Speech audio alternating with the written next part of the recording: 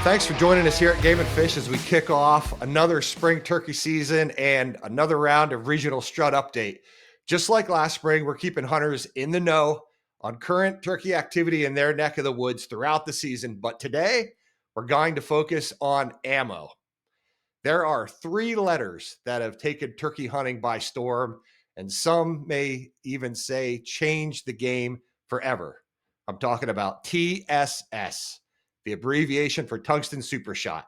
There's no doubt TSS loads are impressive stuff, but there's also some misunderstanding among hunters over what TSS is and what it can do. We've gathered a seasoned group of turkey hunters here to take a closer look at it. We've got Jason Lonsberry, founder and CEO of Apex Ammunition and a pioneer / innovator / early adopter of TSS loads, especially for the commercial market. Of course, we got Michael Waddell, host of Bone Collector on the Outdoor Channel, strategist and caller for the fastest wild turkey Grand Slam on record, and a guy who, no matter how many tags he fills, he just can't seem to stop the flop. Last but not least, John Taranto, editor of Game and Fish and chief wardrobe consultant for turkey camps around North America. This is why we record these. This is why we record video on these things and not just audio. If you're listening to this, as soon as you get a chance, turn on your monitor and take a look at that splendid shirt that Taranto is rocking there. I mean, that's special. Yeah, that is good stuff. Before we get too far off topic right off the bat, again, we're focused on TSS loads for turkeys in particular. And I think I started using TSS probably about 10 years ago or so, but I know the stuff has been around for longer than that. And Jason, you were in on TSS early. What was it? What was your first experience with TSS, and what was it that made you such a believer in this stuff? Well, man, first off, thanks for having me on. You're right. There's a ton of misconception about it. We all know it does something really cool in the field, but I'm going to back up for a quick second. I'm not the single founder of the company. There was actually 2 guys in the woods that saw this thing with me, and we're in a duck blind actually. But my co-founder, one of my co-founders and COO, Jared Lewis, he does all our photography with us. He's also our ballistician. He was there with me the same day. And I'll tell you this, if someone just would have told me about TSS back in 2017, we probably would never have jumped and done what we did. We saw it. A lot of folks, when we first kind of came out, we started, talking about Tungsten Super Shot and, how much more dense it was in lead. There was a lot of hunters that were already using it, such as yourself. And a lot of those guys just were looking for a way to not have to manufacture it themselves. But when we saw it in the duck blind, we were shooting some now competitor ammunition. And Jared and I it was in January, we were shooting at a lone gadwall coming in out of a blind out of Oklahoma. And we whiffed, and the third guy sat up and he took a poke about 60 yards out and dropped him. And we just kind of sat back and go, well, what are you shooting? He told us, and we're like, where can I buy it? And he said, you can't buy it, you got to hand load it. And I said, I don't want to hand load it. I want to get it and go back out and go hunt again. So we got to duck camp at that time, sat around, talked, had a couple of beers, chewed on some cold pizza. And man, we got to thinking about what this could be. So about 2 months after that, we started the company. It was in January of 2017. We had the idea. By about February, March, we had our FFL. And then by April, we launched our online store and did it all direct to consumer. We sold it directly to guys who were already in different spaces, different forums for Tungsten Super Shot. And they were our first customers, the early adopters, so to speak. But we didn't invent TSS, obviously. It's been around since early 2000s. It was being used on ducks, and then it kind of evolved into turkey hunters using it, specifically for its density. You could use something half the size, more pellets, carries more energy downrange, and turkey hunters were really finding that niche with it. What we just did was we figured out how to create a business out of it. Now, you got to think at that time, like today, anybody who's jumping into TSS, you'll know that you're spending $12 a shell, roughly 10, $12 based on what size, how much payload, gauge, all the above. Back then it was maybe $5 a shell, maybe. So we more than doubled the entry level price of it, and it's just because tungsten is so expensive. And I know you really want to dive into the manufacturing of tungsten itself, but I think one of the things we did was we just adhered to people on a service base, like, hey, they want to shoot TSS, they don't want to hand load it, just how we did, but now we actually load it. So ipso facto, we ended up doing it anyways. But we just took a leap on something that we thought was going to cover a gap in our space, to give somebody the best ammunition possible. And based on what we saw, there was no comparison. So that's essentially what got our first experience behind it. As far as turkey hunters go, I'm not going to take any claim to fame for being the best turkey hunter or anything. As a matter of fact, for the first 3 years, 4 years of the company, never even pulled the trigger on one. We just focused, put our heads down on the company itself. Um, and we were the first probably 2 years. All three of the founders were overseas.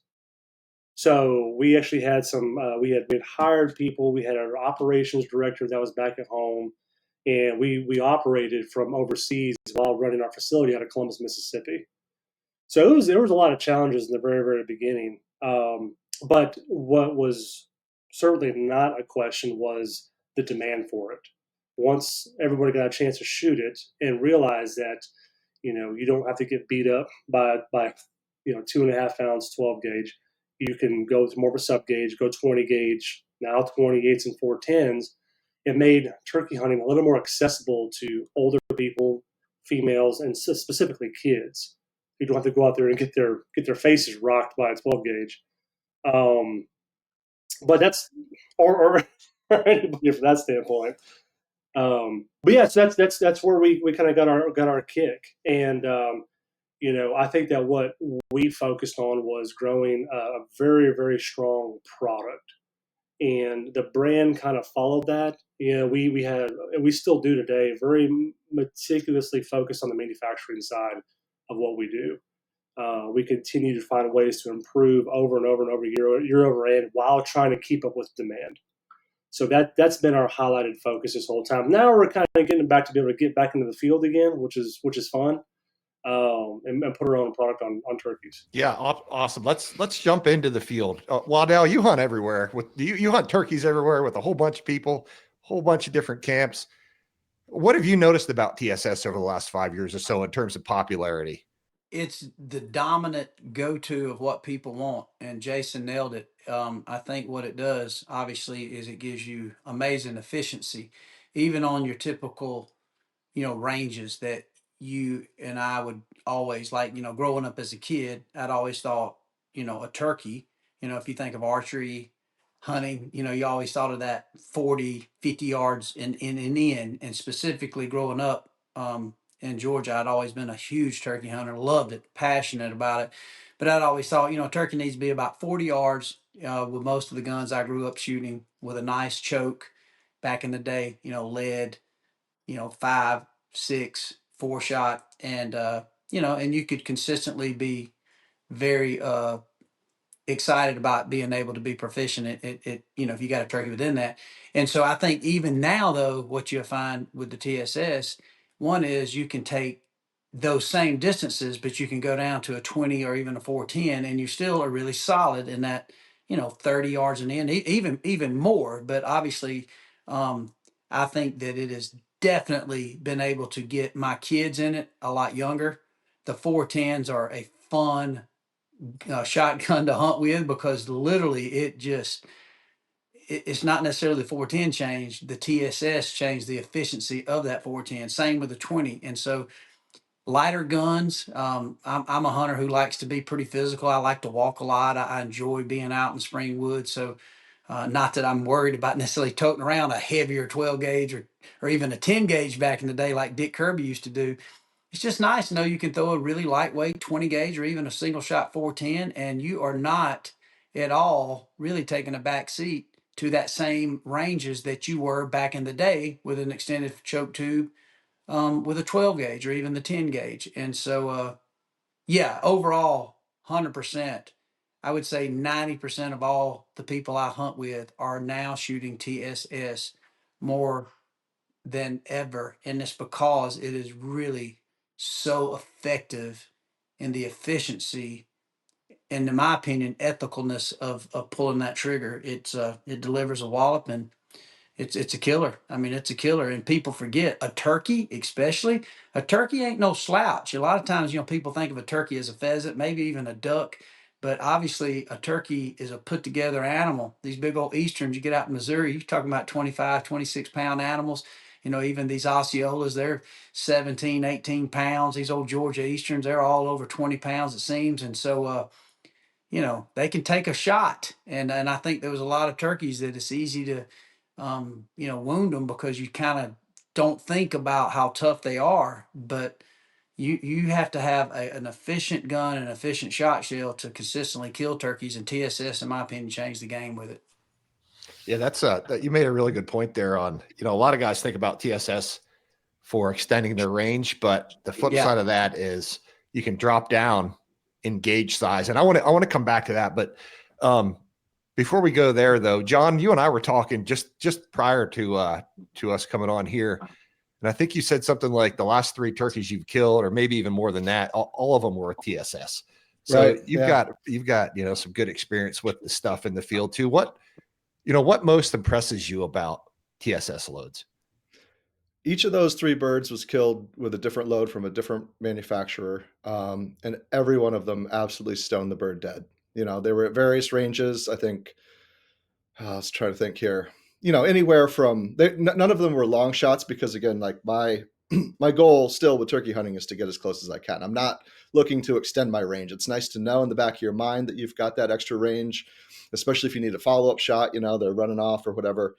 Um, but at 40 yards, 30 yards, 20 yards, whatever, each one of those birds died where it stood. There was very little flopping.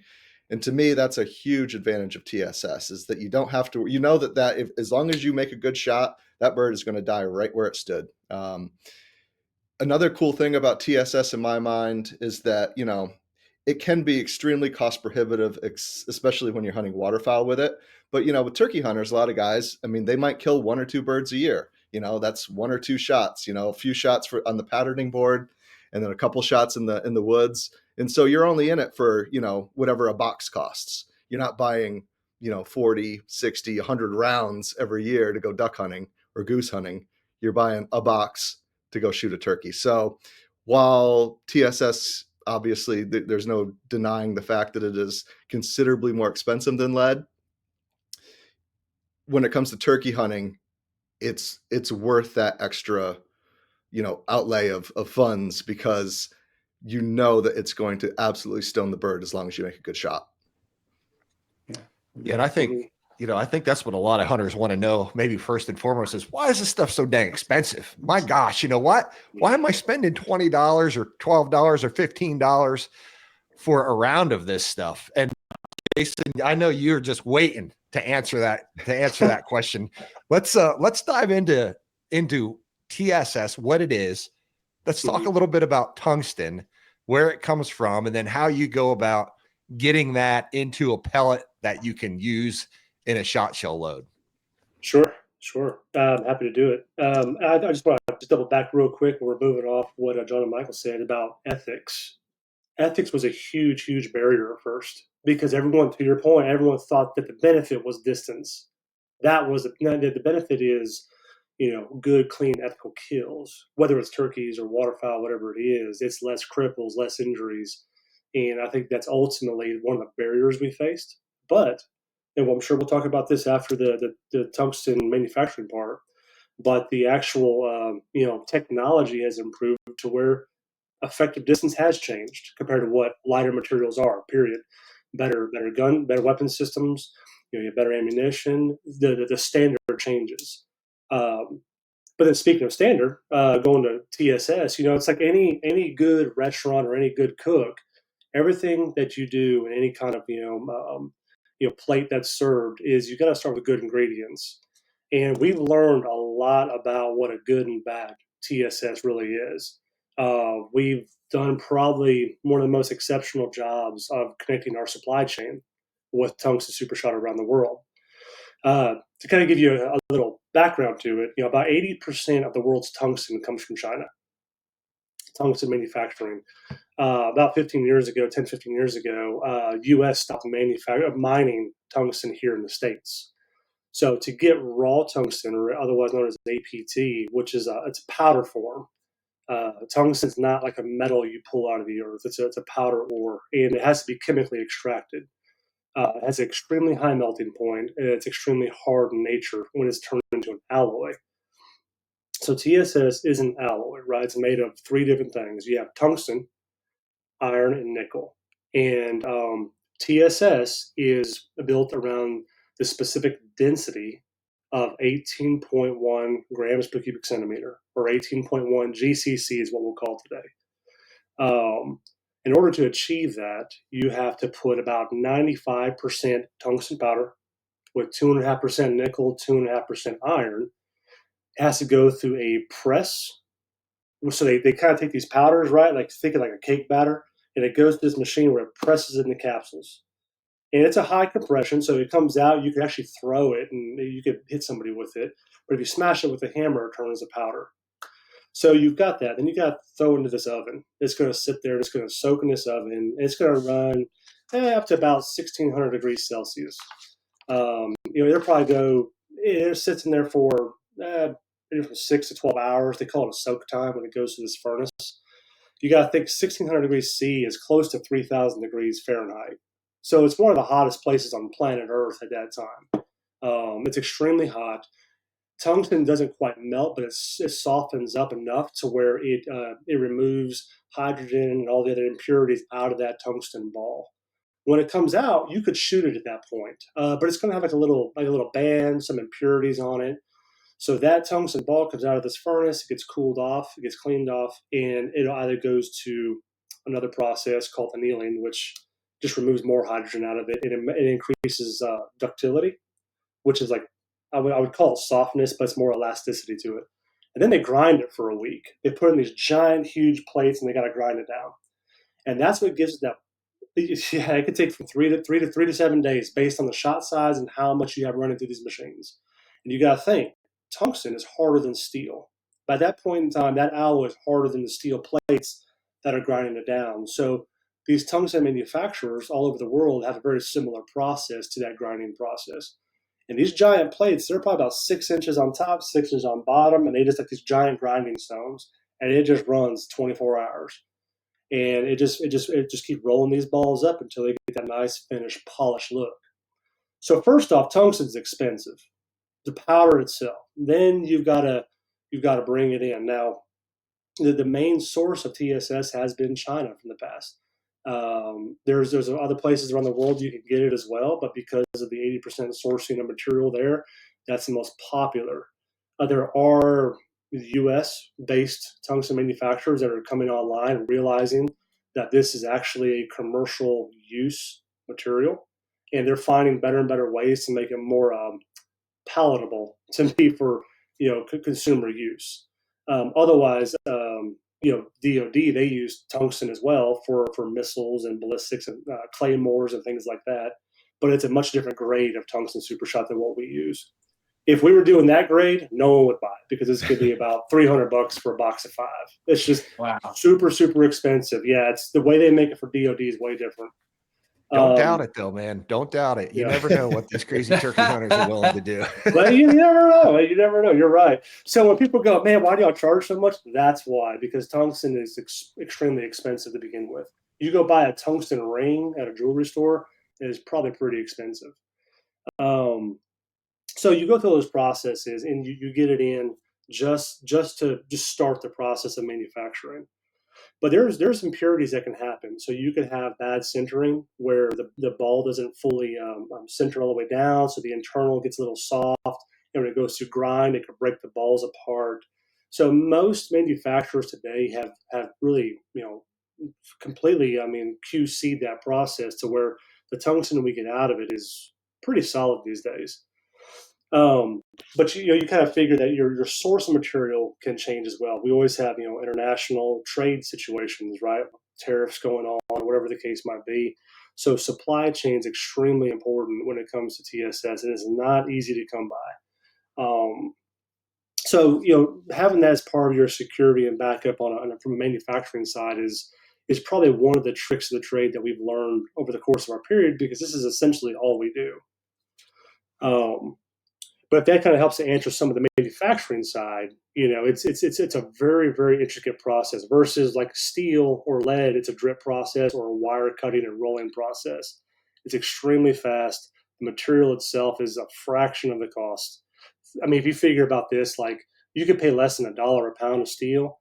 The cheapest you'll probably ever find something in tungsten on a raw material basis is about $56 a kilo. So you're drastically different in just raw material powder cost. And whatever happens in the commodities world with tungsten, if the markets go up, guess what happens? Cost goes up. So we've got to kind of find a price point that allows a lot of that volume to shift within it, and we can maintain a business while maintaining some kind of forecast on it. That's all we've ever wanted to know about tungsten, I think. But real quick, pop quiz. What's the chemical element symbol for tungsten? Jason, you can't answer. Waddell, Taranto, do you know? Thinking back, your science days. TG. Man, Waddell's got a cheat code here. He does. Oh, man, really? It's W. It's W. No way. yeah. W for Wolfram. It's a German word. So the German word for tungsten is Wolfram. And so they put a W on there, I guess. But wow, I didn't know that at all. That's cool. So we'll make it more redneckish. What's the number? Come on, Adam. What's the number for it? 74. You got it. Yeah, I just did a little research before. He's like, let me Google that real quick. I'm not. Yeah, exactly. I'm not a chemist. You Google's your friend when it comes to stuff like that. But now it's a Swedish word, tungsten. It means heavy stone. So there, we'll redneck it up a little bit. That's all you got to know about tungsten. It means heavy stone. Yep. So yeah, I mean, the stuff is expensive. Michael, why do you think hunters are willing to pay that for it? I mean, you said it's popular. It's more popular now than it ever has been. What is it about the stuff that makes it worth it? I think it's simple. Anything that's quality, that proves its efficiency, that proves its worth. I think hunters in general, to be honest with you, I think the consumer in general will spend the money on quality. And I thought Jason did a really good job of describing why. It's not like, in this case, their company is trying to run a higher margin than necessarily, the lead and the steel and different things and other alloys out there or on the element chart.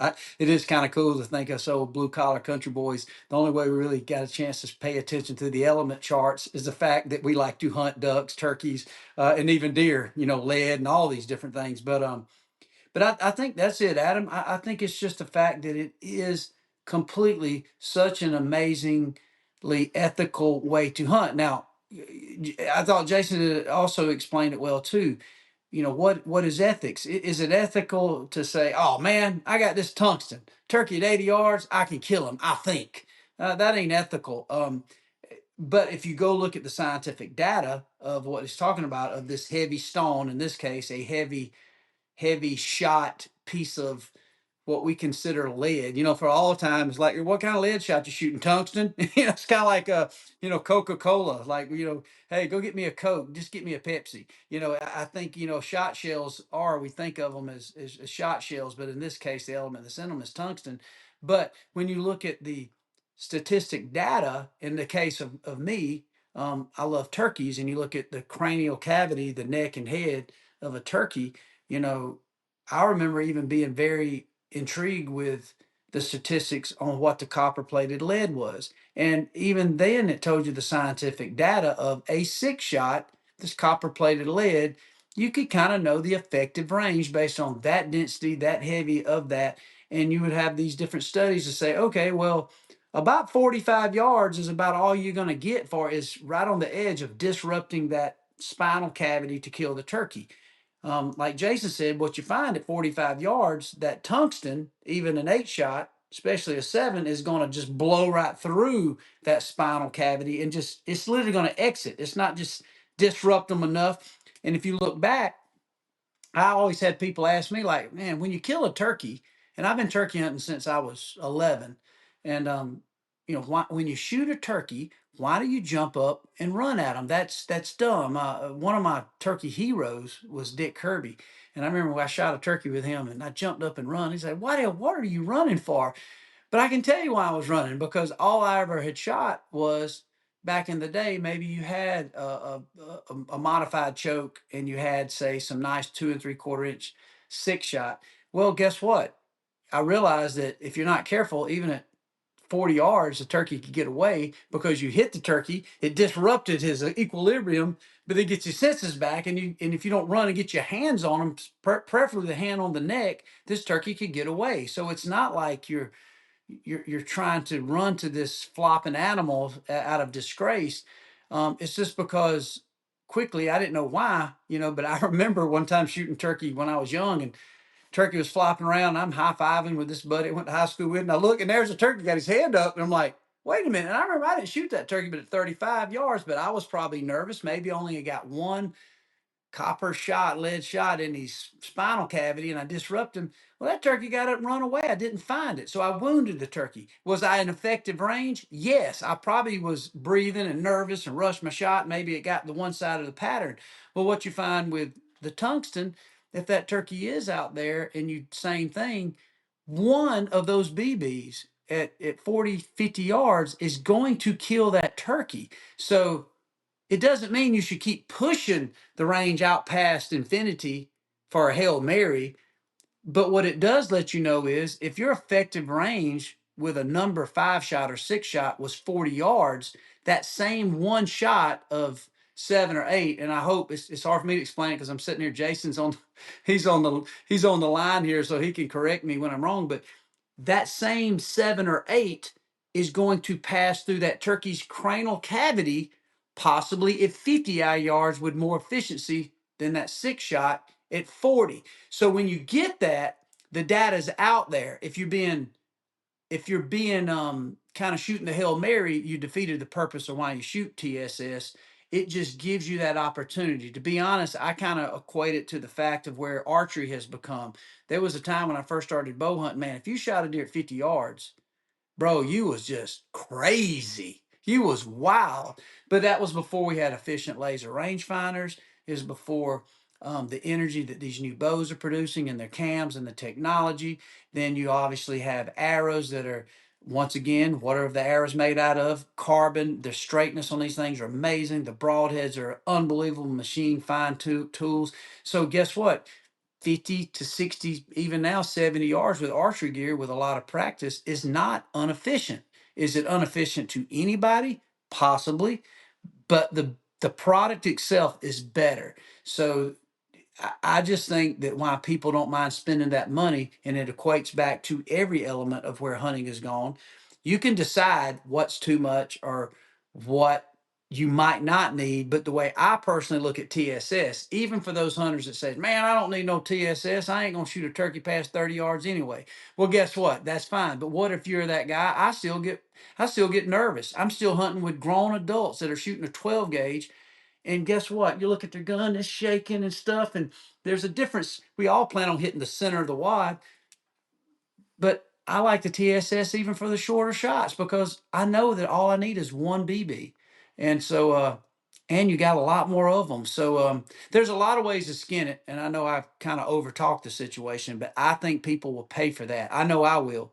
I'm not tied to a TSS manufacturer, and I have bought a little bit of all the product, and I am specifically now, part of my career, I do more guiding than I do shooting turkeys. I'm taking people, like we took Theo Vaughn turkey hunting. Theo's never even shot a shotgun. So it ain't like I'm sitting there with Jason or John or you, Adam. I mean, more than likely a turkey at 30, 40 yards, y'all gonna put a red dot or the bead and y'all gonna smoke them down. We go into Waffle House and it's no problem. But if you sitting there with Theo Vaughn or Caleb Presley or Jim Brewer or some of these guys are young kids that's never hunted, man, their guns are wobbling. And so I'm wanting more shot. I'm wanting more availability. And yes, I hope to hit center wide, but I just think for me as a guide primarily, I have no problem spending that 70 to even $100 for a box of ammo that I can put that one shell in there. And I know I have so much confidence based on knowing my gun that, man, if they can get one of this TSS, one of these number 8 shot somewhere in the spinal cavity, we're going to efficiently kill that turkey. And I think that's why I pay for it. And I think that's the same with a lot of consumers. I'm in Kansas, and obviously we hunt some pretty wide open spaces here, and so people have been quick to adopt TSS, if for no other reason than because they know that it will increase their effective range. But I'm curious, like back east, Adam, you're in Pennsylvania, central Pennsylvania, very timbered land, and obviously there's some crop fields and stuff, but I assume a lot of your turkey hunting's done in the timber, where your shots are not going to be very long. Have people gravitated towards TSS as much in PA as they have, say, in Kansas or some of these places that are a little bit more wide open? Yeah, well, I kind of use my buddies as the barometer because they're a bunch of cheap guys who don't want to spend any more than they have to get the job done, and you know how it is, Uh, but when I start seeing those guys using TSS, I'm like, yeah, this stuff is it's catching on. And but you know what, like Waddell said, it's I think for a lot of folks, it's a confidence thing. When you see what TSS can do on the patterning board, and I want to get into that pellet count and density and how that smaller pellet improves penetration and all that stuff. But just in layman's terms, when you see a TSS pattern, the stuff just happened. I mean, it from what I've seen, it patterns a lot better than copper plated lead most of the time in several different rigs, just because of its hardness and the way some of the loads are developed. But when you see that what that stuff can do, you've got so much confidence. Let's think about, yeah, I mean, we may not be shooting real long in Pennsylvania. Uh, every now and then, you'll get one that hangs up out there at 50 or beyond, and you want to smoke him because you're tired of playing the game, and you want to beat that bird. But even at 30 yards, 35 yards, it's not very open in PA. You're going to be shooting through stuff, and part of your pattern's going to end up not making it to that turkey. But when you know that as long as you've got X number of pellets in that bird's head and neck, and you know that because you've got that many pellets in your effective pattern with TSS, you're going to kill that bird. It just gives you more confidence. It doesn't necessarily have to be a long shot for you to have that confidence. Just TSS um, brings it to you, no matter what range you're at.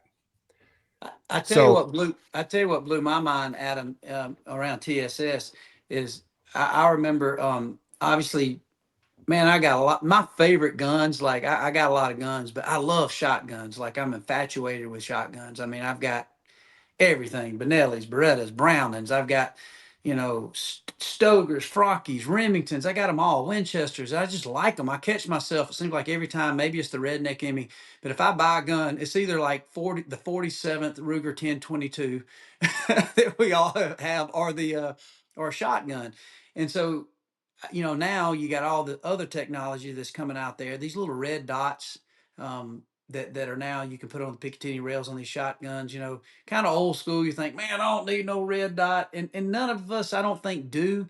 But it sure is nice to just look through a really low profile. It's not a big scope, and you're like, man, I can see everything. And there's a red dot. Put it on the neck.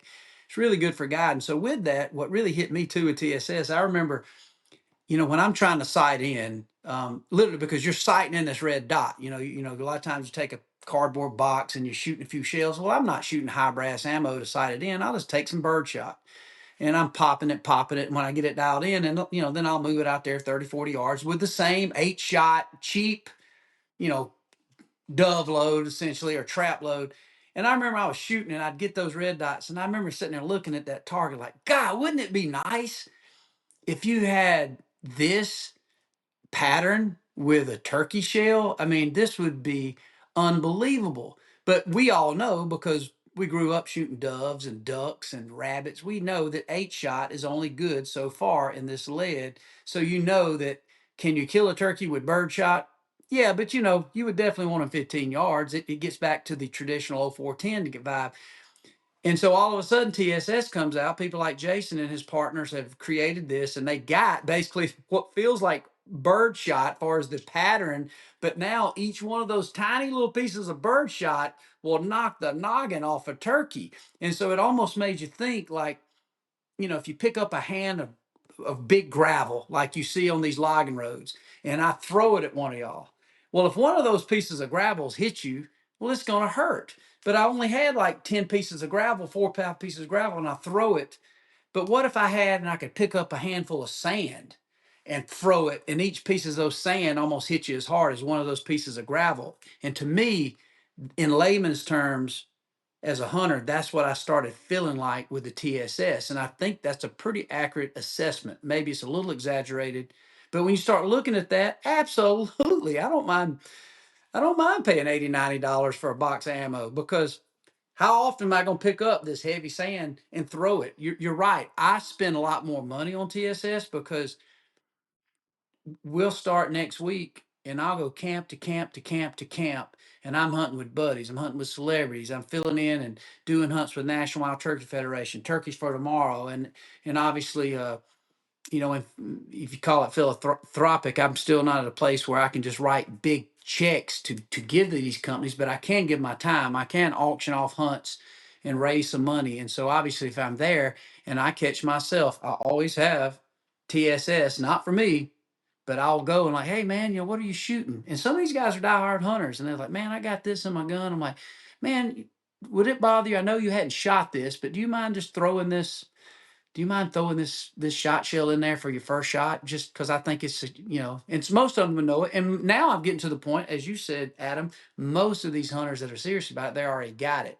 But that's kind of now part of my guide repertoire. I have 410, 20 gauge, and 12 gauge in my turkey vest, at least one or two of those, even when I'm guiding. And that's how much I believe in it. And it's not because John made a good point. It's not because I'm trying to say, man, let me see if I can kill one at 90 yards. No, I'm wanting to kill them again. I love the closer the better. And 90% of the times we're killing turkeys, and I'm thinking, well, I just burned $30 or $20 for no reason. I could have killed that one with a cheap ammunition. But I just like the idea, and I think it's really catching on. It is very effective and efficient. And even the people that would want to try to hate on it, the only reason they're getting hate because there are some people that's trying to create Hail Marys. But that Hail Mary could be way on out there. But guess what? People were shooting those Hail Marys. I was around them with 2 3/4 inch shells and 3 inch shells that was 5 and 6 shot and 4 shot. Some people were shooting that 4 shot thinking, well, I can just knock them down or break them down. Some states it was legal to shoot 2 shot. And they were trying to just shoot a turkey and cripple them up and knock them down or run them down. So that is not the hunters we're talking about. I think overall, the people that are consistently wanting to shoot TSS is because they understand the science, they understand why they're paying that kind of money, and they understand the efficiency of what one of those little BBs will do. And it blew my mind. I thought it was, when I first started messing with it, I thought it was maybe an overhyped situation, because it ain't like I sit here and study my element chart and have scales of weighing things. I just thought like, man, here's another kind of gimmick. And then one time I bought a box, and actually in this case, where it really taught me the lesson, it was a long shot because I misread. I put it in the gun, and I can tell you who it was. I was with Jimmy John, who Jimmy John, frankly, is, he's financially secure. He can certainly buy as much heavy shot or anything he wants, but I'm hunting with him in Oklahoma. He's got my 1187, and there's this turkey, and he's strutting and he's gobbling them. He's hung up, and I was doing everything trying to see if I couldn't just slip it on in. In my mind, I kept looking at this turkey, and I'm thinking, the turkey's about 55 yards. And to me, that was a that was about 5 yards over what I thought my old 1187 that I love. I mean, my favorite shotgun of all time. I liked them always 50 and in, and I just put it on them, 6 shot lead, and I promise you, I'm taking that turkey home every time. And I'm looking at this turkey, and I'm thinking, man, that joker's 55. He might even be 60. And Jimmy's like, what do you think? What do you think? And I'm like, man, I don't know. And so finally, turkey tucked his wing. He's walking away, and I figured this turkey be 55. And I said, "Shoot him, Jimmy." And I put that TSS, one TSS shell, and it was Jason's ammunition. It was his load, and this was it was 8 shot. It was 8 shot tungsten. Bro, he pulled the trigger, and that turkey folded up like a accordion in a Zydeco band, like dead. I'm like, hell yeah, I'm pumped. I walk out there and step it off. That turkey was 72 yards. I had totally told him, in my opinion, to take an unethical shot.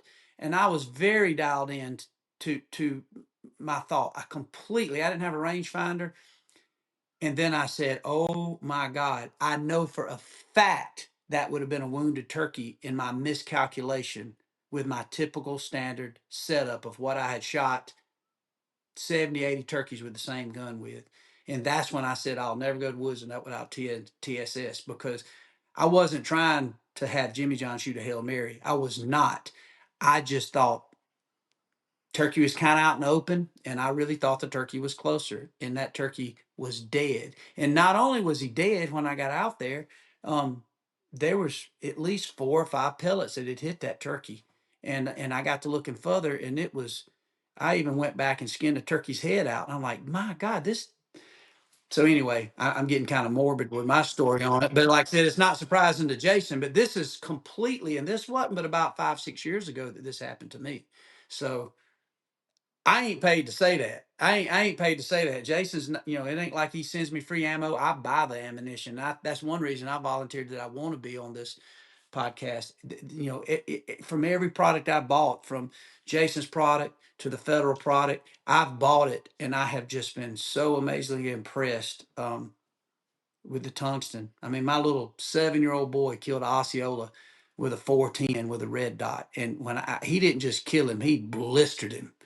And now I'm thinking, why am I even shooting a 12 gauge? I think this year I am going to shoot a 410 all year. Not because I'm trying to be a he-man. Look at me, I'm shooting a 410. I just don't think I need, based on where I like a turkey in range and the way we hunt and the amount of hunt. I just think it's just more efficient.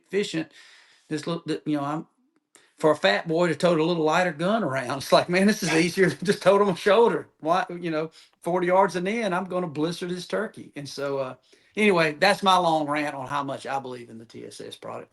That's the thing. No, I I mean, think to me, like TSS, it more than anything, obviously it makes you a more effective hunter, but it also allows you to enjoy the hunt more, whether it's because, you can carry a lighter gun. Not that you need to carry a lighter gun, but just if you're out there all day, it's sure nice to have a 20 gauge or a 410 versus a 12, it gives you the confidence. Like,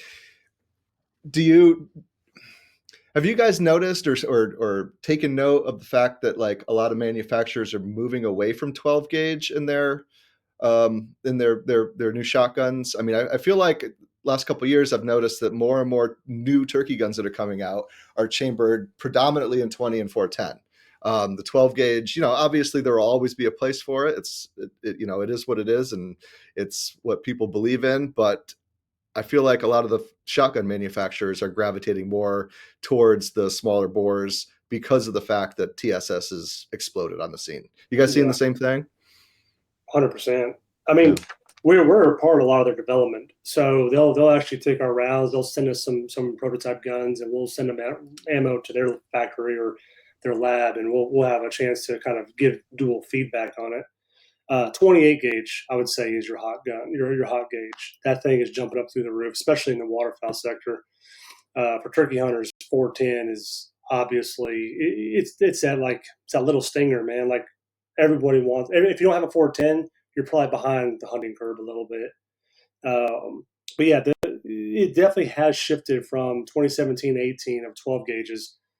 20 gauge took off like crazy. As a matter of fact, our number one highest volume mover is 20 gauge number 9 shot by a long. There's not even competition to it. 20 gauge number 9s, and that's probably about 45% uptick from anything else that's second in line. 12 gauge is still top 10 though. Like, especially weird enough, 2.5 ounce. It's like guys go, hey man, why would I want to shoot a 3.5 inch? I was like, well, how dead do you want that turkey? I mean, do you want it dead, or what? Are you trying to chase it? But it's one of the guys just have a feel for 12 years. Now, keep in mind this. You've got three different kinds of hunters, right? You got guys who are going to step in the TSS world because of stories like Waddell's. You have guys who go to it because their buddy says something, they believe it. Then you got your third guy who's probably more skeptical and looking for empirical data. Like, you're just saying that it can't be that big of a deal. But I really loved your analogy about a handful of rocks versus a handful of sand. So a lot of ballisticians will kind of go, hey, man, you know, single like a rifle bullet, right? They'll talk about drag coefficient. They'll talk about all your range, windage, all that type of stuff. Well, we're not shooting long enough to really give a whole lot of care about that. There's three dimensions that we try to control, and keep in mind that shot shell manufacturing, all we're simply doing is controlling chaos, because that pattern is never going to be the same thing every time you shoot. It's just controlled chaos. Um, but the ballistics of each individual pellet matters.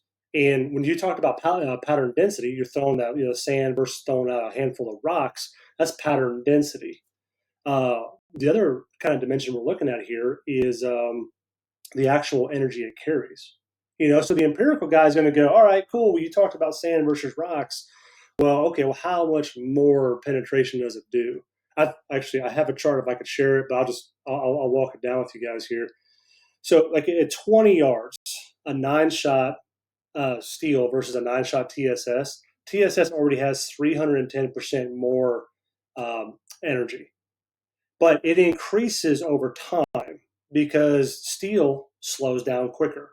So from 20 yards to 300, about 10%.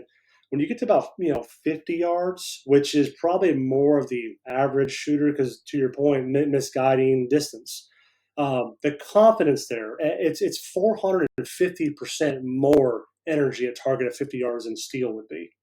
You want to compare it to lead? It's 200% at 20 yards, and it's called 60 yards. To your point about your story, at 60 yards you could take that shot. It's 240% more. So at 60 yards, that's why you saw a roll. It's hitting 2.5 times harder at 60 yards. Lead will begin to slow down quicker. We call that its drag coefficient. So similar size, different density. And the way we relate that to your sand and rock analogy is, if I've got a ping pong ball, right? It's bigger than this marble right here. I throw that ping pong ball at you, you could take it all day. But I throw this marble at your head, it's going to hurt a little bit more. And it's smaller, it's more dense. But now you're throwing, instead of a handful of ping pong balls, but you can only fit so many in your hand, versus a handful of marbles, it kind of follows your analogy on pattern density. It's 3 times smaller, but it's a whole heck of a lot more dense, about 57% more dense. That's a really good way to see it and feel it. And like I said, I kind of learned it by accident, just because I'd heard the hype, and I thought, man, I had some buddies that was telling me about it. I was kind of that last part of the equation, Jason, to where, I'm just like, man, I'm a diehard turkey hunter. Most of what I'm doing is guiding. I want to have the best tools. I'm the guy that's carrying 4 or 5 head nets and some extra gloves for the kids and an extra cushion for the girl who don't want her butt wet, when we sit down. Some permethrin to keep the ticks off people and mosquitoes, skin so soft, whatever. I mean, it's like, I don't even hunt with a turkey vest, but I do when I'm guiding, because it's like you got to have everything. And TSS become that. And another thing I thought was amazing is just, I don't know, man. I just, I become such a believer so fast in it. And also getting back to what we was talking about gauges, Adam, what I did find, and I just left a big retail meeting with a big retailer. And I was asking him about the analysis. And I do think what I found too is there's a big swath of hunters out there. I think, what are we at, licensed hunters, 13 to 14 million, maybe more licensed hunters. So, okay, what percentage of those hunters are waterfowl or say turkey? So overall, if you look at your average person, we're all spoiled and blessed. I mean, I've got multiple 410s, I've got 20 gauges, I've got 12 gauges, I've got 28 gauges. I've got a little bit of everything, and I'm still looking. I'm going to the Dixie Deer Classic, leaving in the morning, and I always like to go about. They always have some nice guns, and I'm looking to just love guns. But I think there is still a lot of people that maybe okay, they buy a 12 gauge just because it's got everything. I can do all these things, but it definitely you could see, and I think it's specifically TSS rendered this is the 410s and the 20s started becoming more of an overall gun for that waterfowler and the turkey hunter. Like I said, it seemed like a 12 gauge is still very, very popular because of the fact, you might not just gonna waterfowl with it. It could be self-defense. It could be, yes, I can still go turkey hunting with it. I might go waterfowl hunting. I'm still gonna dove hunt. I'm still gonna go buy that, case of cheap, shots to go shoot some clays with, or maybe dove hunt. But overall, that TSS changed the game on the smaller bore guns, as far as picking them up and taking them out of the case. I do not even feel a little bit going backwards when I got a 20 gauge. Not even a little bit. I mean, Right. And Jason, you did a real good job of explaining why density is so important. Not only pattern density, the number of pellets in that pattern, but the density of the pellet itself. But one thing I just wanted to make clear is that not all tungsten based pellets are TSS. TSS has that 8.1 gram per cubic centimeter density. There's other tungsten based pellets out there that are 15, 13, maybe even 11, maybe back in the day or something like that. So just, buyer be cautious. If it says tungsten on the box, it doesn't necessarily mean it's TSS. You need that Tungsten Super Shot 18.1 G/cc density to be sure that you're shooting TSS loads. So you guys, you were talking about shotguns and smaller bores and whatnot. Do you think 10 years from now, I mean, we've been, TSS has been at least in the kind of the common vernacular more or less for the last 10 years or so. Do you think in 10 years from now, there will no longer be a 12 gauge 3.5 inch turkey gun? The 10 gauge is pretty much gone. A 3.5 inch 12 killed the 10 gauge, or so folks say. Will a 20 gauge 3-inch TSS load kill a 12 gauge 3.5 inch load? If Jason is probably better suited to answer that. I feel like yes. I mean, I've never been a huge fan of the 3.5 inch shells, even back when they first come out. One is because it knocked the cornbread hell out of you. And I played football, and man, I play. But let me tell you something. Finally, you get to a point to where it's like, is this really necessary? And then if you really get scientific with it, which I never did, but I had friends that are and been around a lot of campfires, and you look at a 2 3/4 inch shell, 3 inch and 3.5, then you start looking at, like I said, density and how fast, the amount of powder that's pushing that shot, whether it's lead or in this case, true TSS. That 3.5 in some cases was slower than the 3 inch, or even slower than the 2 3/4. And I might be wrong. I just remember hearing campfire stories of that. So I'm like, so I'm gonna get my teeth rattled. Is this really necessary? And then with TSS, it seems like it makes it a little more unnecessary. And then that would be a good question for Jason: is the 3.5 inch tungsten shell that y'all make? Is it what's the efficiency? I guess, and I'm asking this as a customer who buys your product. Do you like the 3 inch shell better than you like the 3.5 inch shell, even that, let's say that you would shoot out of your 12 gauge? Yeah, I think it's so we could always make anybody a better shell, but not a better shot. To your point, so part of that question is the efficiency, which is I appreciate the question. Um, Usually in our retention, we're looking at 95%, 92% on the 12 gauge 3.5 inch or higher on retention within a 20-inch circle. And we always pattern and we test it at 40 yards, 20 and 10 on the target circle that we're trying to use on. Efficiency, I'd probably have to say your sub gauges are slightly more efficient on the amount of pellets that you're going to land in your target zone, your ideal target zone. Now, what's efficiency to the shooter is the question, because you're going to have over 900 pellets, in some 3.5 inch 12 gauge. A lot more. So we talk about that sand. Talk about two hands of sand that you're throwing at something, right? It's a whole lot more pellets. So here's the thing too. It's really crazy. It's like we're talking about application in the field, but what we've really come to find out with a lot of these hunters is that this guys shoot this stuff all year long on paper. And it's almost become a game in the off season to go, how crazy of a pattern can you throw?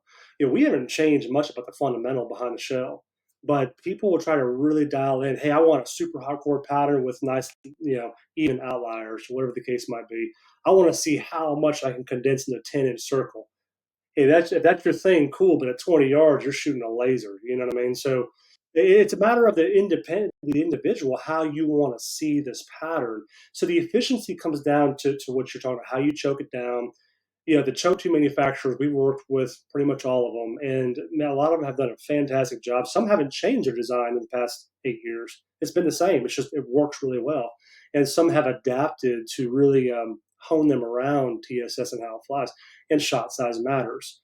So okay, so as far as do you need a 3.5? You don't need it. I mean, the TSS, if it's going at 1,100 feet per second, is going to fly the same distance, the same kinetic energy, the same shot size, whether it's a 410 or it's a 12 gauge. The kinetic energy is still the same. It's just how many pellets are you throwing down range. So if you got someone who might be a little shaky, you're not real sure, give them that cannon. Give them that cannon because they're going to have a little more wiggle room. They're going to get rocked, but they're going to have a much better opportunity with the amount of pellets that are downrange. 10 gauge, we still, man, at NWTF, man, we had dudes picking up 10 gauge, and a lot of younger guys, probably for that specific reason, they could take it.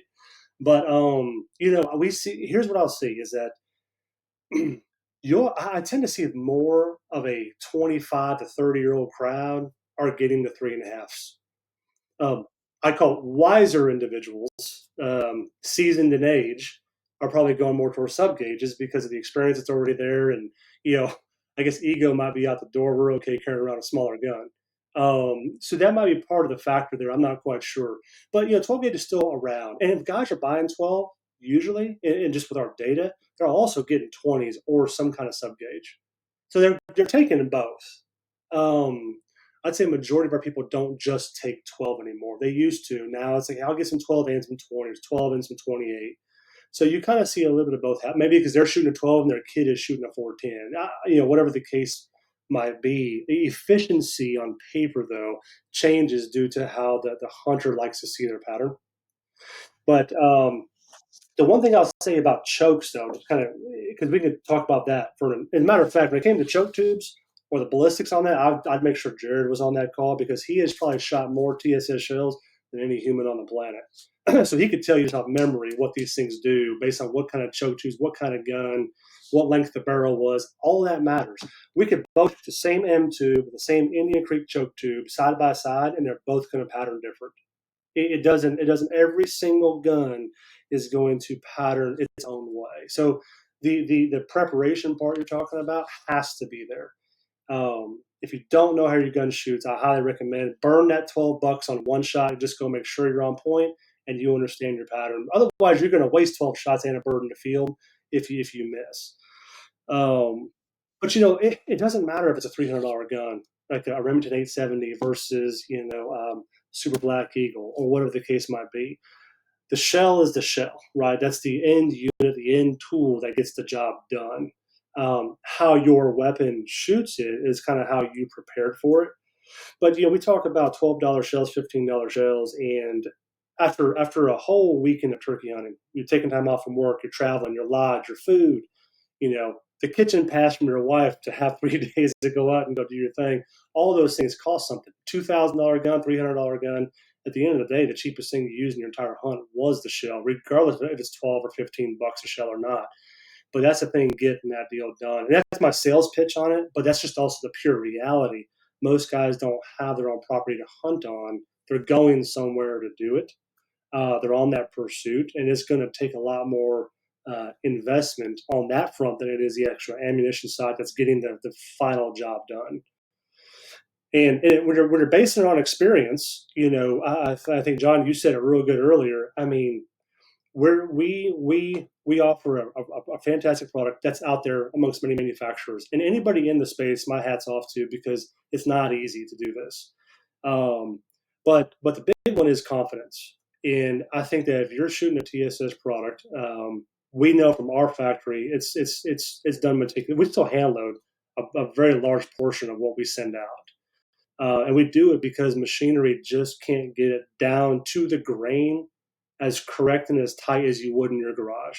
Machinery will have a little more of an offset when it comes to the precision of that manufacturing of that shell. So from that standpoint, it's a matter of making sure you are prepared when you take to the field. And if you're prepared, you should have plenty of confidence when you go out there. Yeah. Matter of fact, all those points you made are pretty awesome to hear, because to me, when you get to understand more about what TSS does offer, I've even thought, getting back to me guiding a lot and taking a lot of people who are not handy with a shotgun, um, and a lot of kids, especially a lot of kids. I mean, you watch a kid's barrel, even when they're not nervous, it's just shaking a lot more. I've often thought, I haven't done this, but I've even thought like it's the same thing, just kind of campfire talk. Like, man, I've catch myself trying to be that guy, Jason. That I'm trying to take whatever I'm shooting and try to have the tightest pattern, and I'm thinking about just the opportunity if a turkey is hung up. I'm thinking about what if I misjudge. However, but what I have noticed, I have also created quite a lot of misses with some of the people I've took hunting with my gun, handing my gun, but I'm not handing it to one of you guys. I'm handing it to maybe a lady. It's her first time hunting. I'm handing it to a kid, or even a young teenage kid who's like, Mr. Waddell, man, you think we're gonna see a turkey today? And then, man, they're shaking, they're nervous, and I thought, man, I was talking to Troy Link. It's like, man, am I messing up? Maybe I need to get a 12 gauge modified choke, and I'm still concentrating like I did back in the lead days, but I can minimize with TSS, not this long range thing that I'm trying to accommodate. I'm trying to eliminate misses at that 40 yards and in, and that 20 yards. Because go back and look on any bone collector, 90% of all the turkeys we kill are 15 to 20 yards. And it is easy to miss with an extended choke tube, even with a red dot. I do every year. And another thing I do, keep in mind, I'm buying my TSS, and I don't know what it is. I don't even know why when I got an auto loader, I put 2 more shells in, because I can't hit them damn turkeys after the first shot. I can hit a duck or dove. There's something about a turkey flying off. I can't hit it. And all I did was spend $50 to empty my gun. That's all I did. So it's almost like, I don't know what it is. I don't know if I'm the only guy, but it's like, boom, oh my God, I missed it. And turkey usually fly off, and I just shoot the third shot out there just to let them know that I'm gonna go buy some more shells when I'm done. It's just like I'm just gonna empty my gun. So I don't know. I think I think TSS offers a whole nother idea to where you can maybe set up like you're hunting in that 30 or 40 yards and in, but you're setting up to minimize a miss. Because again, you need that 1 or 2 pellets that's gonna just, so meaning that heavy handful of sand, whew, it's murdering them at 30 and 40 yards. Because again, you're not trying to take all of that TSS and blow his head off. You're just trying to get 4 or 5 of those shots, and it's going to kill him every time. I don't know. It's a thought. I've actually had the conversation with some guys, specifically when guiding kids and women and first timers. Like, I might be messing up having this incredibly tight shooting gun, because they're not going to shoot until I tell them anyway. I mean, they're going to wait, and typically, they're going to wait and shoot when we say, "All right, take him." So I don't know, just a thought. Well, I'll throw this at you real quick too. So if you have like an 8 shot, I think you said you were shooting 8s the first time. Yeah, There is a point in tungsten because it's so hard, and the chokes are all made of steel, right? So it's harder than the internals of the barrel. So the tungsten, the actual wad system that we use has to keep the shot from ever touching the barrel first off. Otherwise, it'll score it and it'll cut it up a little bit. But there's also a point where you can over choke tungsten, and you will blow the pattern out. You could crack the choke, but yeah, it makes it worse. So actually, a more open choke is something we typically recommend. So a lot of guys would go, for instance, on an M2 with an Indian Creek 5.55, really opens like a 5.62 or even a 5.70. The guys go, man, that's way too big. Tungsten is going to fly the way it flies due to the density, not because you manipulated it. You can change it a little bit, but if you're paying for all those pellets, do you need 300 pellets to hit that head? To your point, you only need 2 or 3. And you got to think this: it only takes 1 to 1.5 inches of penetration to really kill that bird. That brain ain't so deep inside the head, and the central nervous system isn't deep either. So a number 10 shot, like a 10 shot, right? You're talking about improving your opportunity zone, not your exact bullseye kill zone. It's your opportunity zone. Because what happens when that bird's pecking the ground and he stands back up, or he goes and he's gobbling? What happens? That head moves pretty good distance, which is why we pattern in that 20, right? Like you want that 20 to be huge. For me, when it's my son hunting at 40 yards, I want the 20 to be nice and even. Because if he goes a gobble last second, my son's already pointed. He moves his head. Hey, he's cool. He's within that zone. He's going to take 2 pellets in the head. And at a 10 shot, you're talking that 10 shot will go about 2.5 inches into ballistics gel. So a 10 shot will go through and through a turkey's head at 40 yards. So anything else beyond that, yeah, it's crazy. So, but that's to your point, is you improve the opportunity zone of where that bird's head's going to lie, and you're not trying to just hit the bullseye. You're trying to reduce the miss. Yes. See, I like that. That's something to me that a lot of people don't talk about. They're thinking of the tightest shooting wad. How far can I kill a turkey? I'm thinking more in where I'm at in my life. I'm not thinking about the long shot near as much as I'm trying to I'm trying to get somebody, a lot of times a turkey that's invested a lot of money in philanthropy back to these. A lot of times it is NWTF. They're nervous. They're a young kid. A father bought it, and I'm thinking, man, it devastates me when you got a turkey in there at 40 yards and you shoot and he misses, or even worse. To be honest, I don't have near as many misses at 40.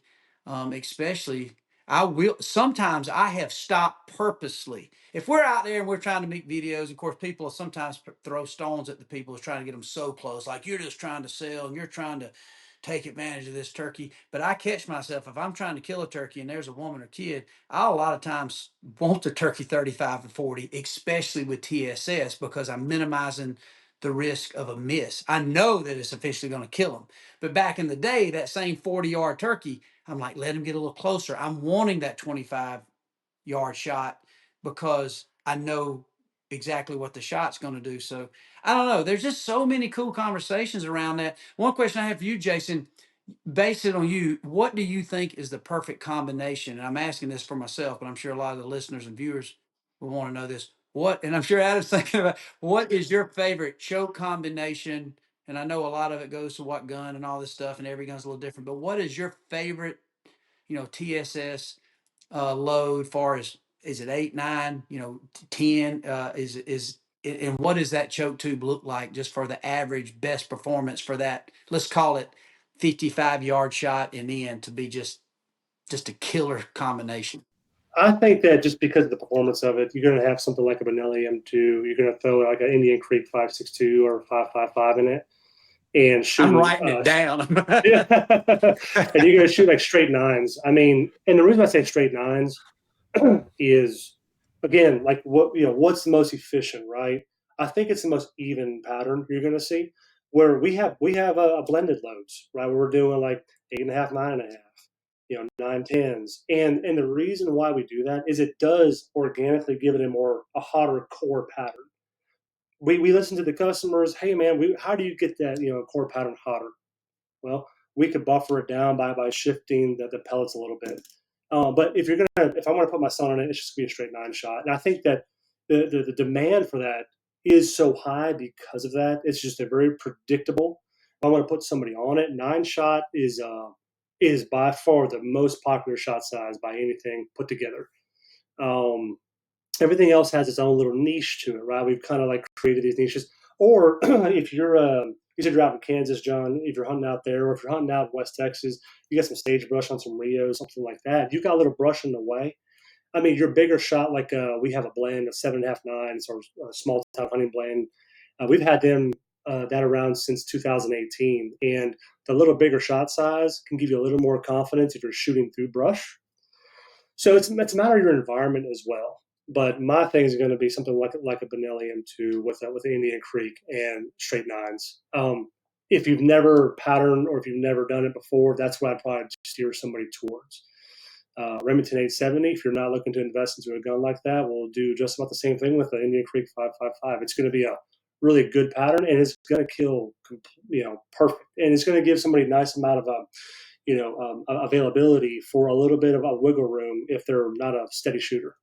Right.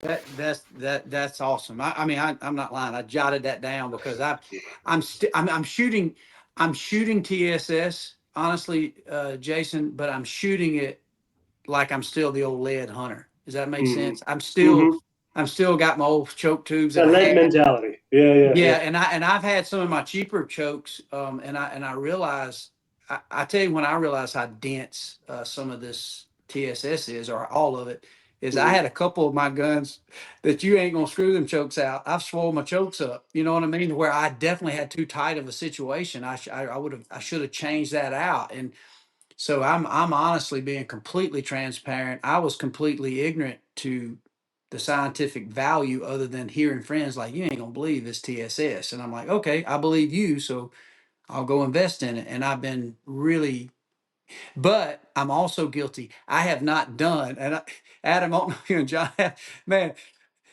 I've been blessed. I get a lot of free stuff.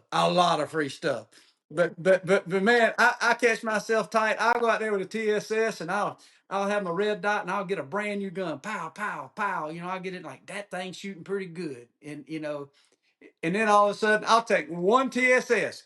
Boom. Yep, we're good. And I'll use 750 yards. And I'm not out there experimenting with hundreds of dollars worth of shot and I used to with the lead, but I'm like, that's good. I know this turkey's dead every time, 50 yards, 60 yards, and then just give him the devil. So I don't know. That's one reason I was eager to jump on this. Same problem with that. Even though we have the raw material, it's like we a lot of times in the past few years, my partner Jared, we'd go to Alaska, and we use that as kind of our stomping grounds and our testing grounds for new prototype TSS. We've done a lot of crazy things with it to see what would work best. And sea ducks, man, they're hardy. They're not really easy to kill, especially if they're on the water, like water swatting birds. Man, it's if they land or you injure them, you got to hit them again. A lot of times it can be pretty tough. But I remember one time we were out there and we had a whole bunch of goldeneye coming at us, and we sort of, we laid waist down and we just go, man, dude, we just burned $120 like on that volley. that was fun. We did $120 cash. Hey, Adam, I'm about to get really redneck on y'all. I'm gonna tell you, this is how crazy. My first hunt's a year, obviously in South Florida, like a lot of diehard turkey hunters.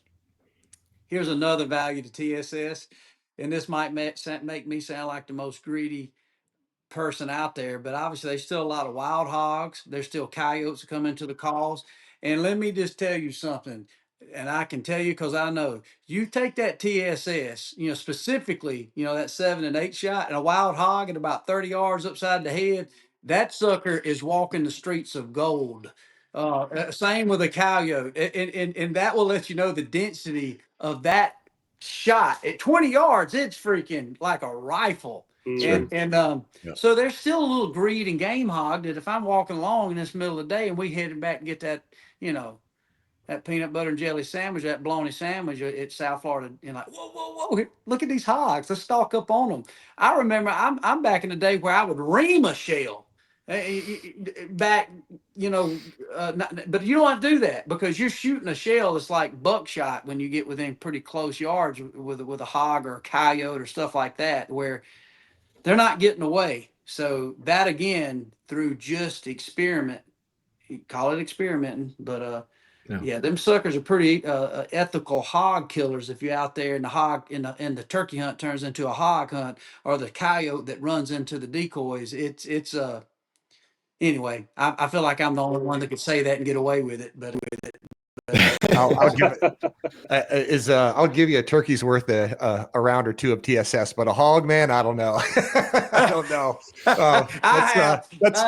Let's get out there on the ragged edge, Waddell. TSS, I have. and to be honest, I hadn't wounded a lot of them. I've gotten pretty close and just pop them right in the head, and son, you got pork chops.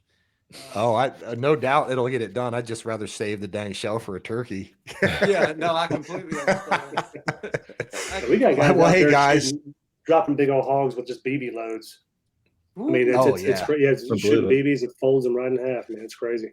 I can Yep. imagine. Yeah, that's the other thing too. We talk about small TSS pellets. There's big ones. There's big TSS pellets as Yeah. well. For See, I never got that. predators So, and so y'all making hermit. like the BBs are like a buckshot or something like Yeah, that? we don't do buckshot. It'll probably break a barrel in half, but Oh, we do BBs and we do up to T-shot, and guys use them for deer hunting. oh my. As a matter of fact, there's some like hog control companies and agencies that go out there in helicopters and smoke them from the top. So a lot of guys aren't real good with like the 5.56, so they'll go out there and kill these pigs, 300-400 pound boars, just smoke them from a helicopter, and they lay waste, man. It's pretty crazy. That's exciting, Yeah, man. it's pretty cool. You shoot a coyote with BBs. I saw a guy do it about 85 yards. Smoke a coyote BBs. I believe it. I believe it too. I shot a coyote year before last, and I'm sure of it. I had 8 shot TSS, and that coyote was standing out there about 40 yards, and I shot him right in the face, and he Oh fell, yeah, looked he like he done. fell out of helicopter, just dead. And I'm telling you, my standard old 6 shot copper plated would not have. I mean, I would have still shot him, but again, being transparent to get him out, because it's a coyote. But the difference is that coyote. I ain't saying it wouldn't have killed him with the old 6 shot lead, but he would have run off unless I hit him, just got a shot in maybe Right. the eye. Mhm. But it stoned him, son. I'm like, yes, sir. Yes, sir. That's what I'm talking about. So, Well, man, I and think we look, could probably talk. I'm gonna tell people, because everybody thinks when they hear Michael Waddell, a bone collector in here, it's like, oh, he's getting paid to say that. Man, Jason ain't never sent me. I ain't never had no box of shells. I bought it. I buy it. And I bought every brand out there. And I still love. I'm a student of the game. I love to tinker. I love to have fun. I love to see what I can do. I take people that I really passionately want them to kill a turkey. I know even that's kind of controversial. The let them win type thing. I believe in letting them win, but if somebody's done spent, I had a fundraiser in Uganda. I had a gentleman spent $250,000. Now it wasn't because it was just a hunt with me. It was a Uganda orphanage that I donated this hunt to. So if he spends $250,000, I'm pretty serious about really wanting him to kill a turkey with me. I don't want to go home and say, "Man, wasn't that awesome? Let's go get us a biscuit." And I'm glad he got within 80 yards.